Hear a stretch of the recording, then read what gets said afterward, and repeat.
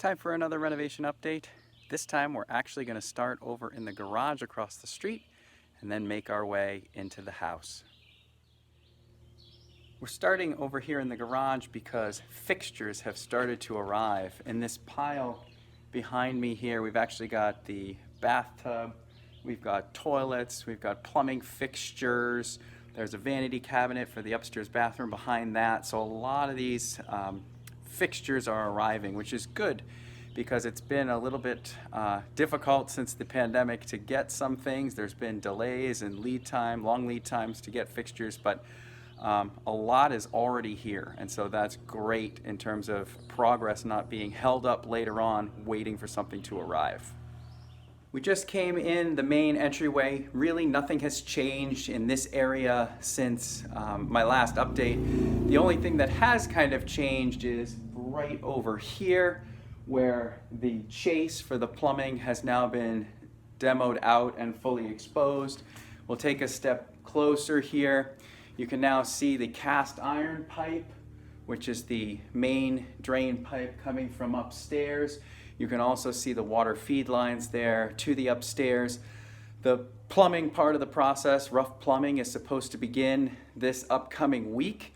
So all of this is now exposed. I will show you something pretty interesting about this old plumbing in terms of why basically this is going to be replacing everything from the outlet to the septic system on the drain pipe and all of the water plumbing from the tank up throughout the house.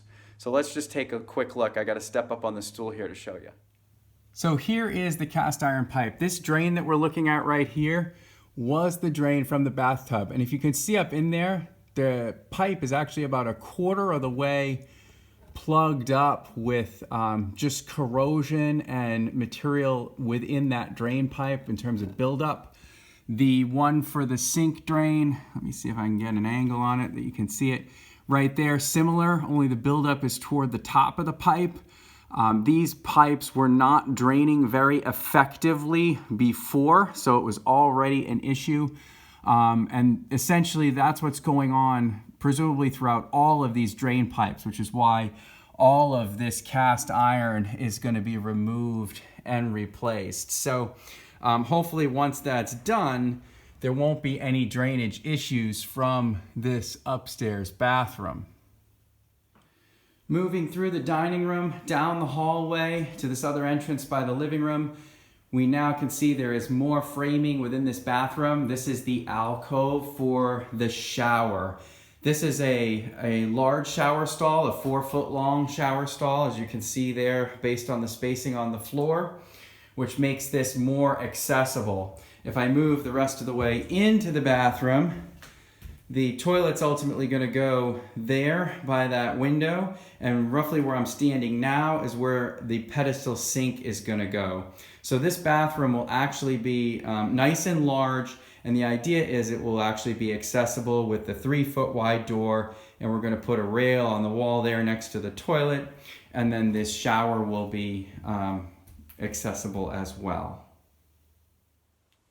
Now we'll head on upstairs and show the progress that's taking place up there. So as I reach the top of the stairs, you can now see there is new framing across the hallway, and there's new subfloor that's been installed for the bathroom. So you can see the doorway is roughed in here. And then as we enter into this is now inside the upstairs bathroom. So you can see here on the left, the closet has been framed in. This will be a linen closet in the bathroom. Then we've got behind that the alcove where the bathtub shower will go. Toilet will go in that corner as it was before, and the vanity will be next to it. So good space in this bathroom to actually have a 4-foot long vanity, so that's going to be pretty nice. Next we'll go over into that laundry room and show you that. I'm in the back corner of the laundry room. We're looking at the new wall. The door used to be right there to enter this room, which is now going to be closed off completely. That'll be a solid wall. There will be a sink over there against the chimney, and where I'm standing is where the washer and dryer are going to go. And there will be a pass through here, a doorway between the laundry room and the master bedroom. So we'll have second floor laundry, which should be nice in terms of not having to move clothes around up and down stairs or anything like that. So as you can see, things are really starting to take shape. We've got new plywood down over the old boards, subflooring in here to level and smooth this out, because this is going to get a vinyl linoleum floor. That's where that washer dryer is going to go in the back corner.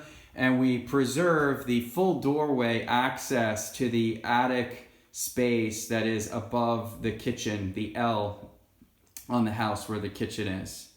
So pretty nice up here, as you can see. The other progress that's happened this week I can't really show because the circuits to run the lights in the basement are turned off because of interactions with where the wires are, but they have begun cutting and removing all of the old steam pipe plumbing. So the old oil boiler has been kind of cut out. The main steam lines have been cut out and been removed, and they're removing all of that old plumbing from throughout the house as we're going to be changing over to a forced air system. So that's all the progress that's happened this past week. In the upcoming week or so, they'll be doing rough plumbing, so there'll be less physical stuff to show in terms of progress, but we will be getting the rough plumbing going in, and then the rough wiring and electrical will be happening after that. So stay tuned for future updates to see some of that progress.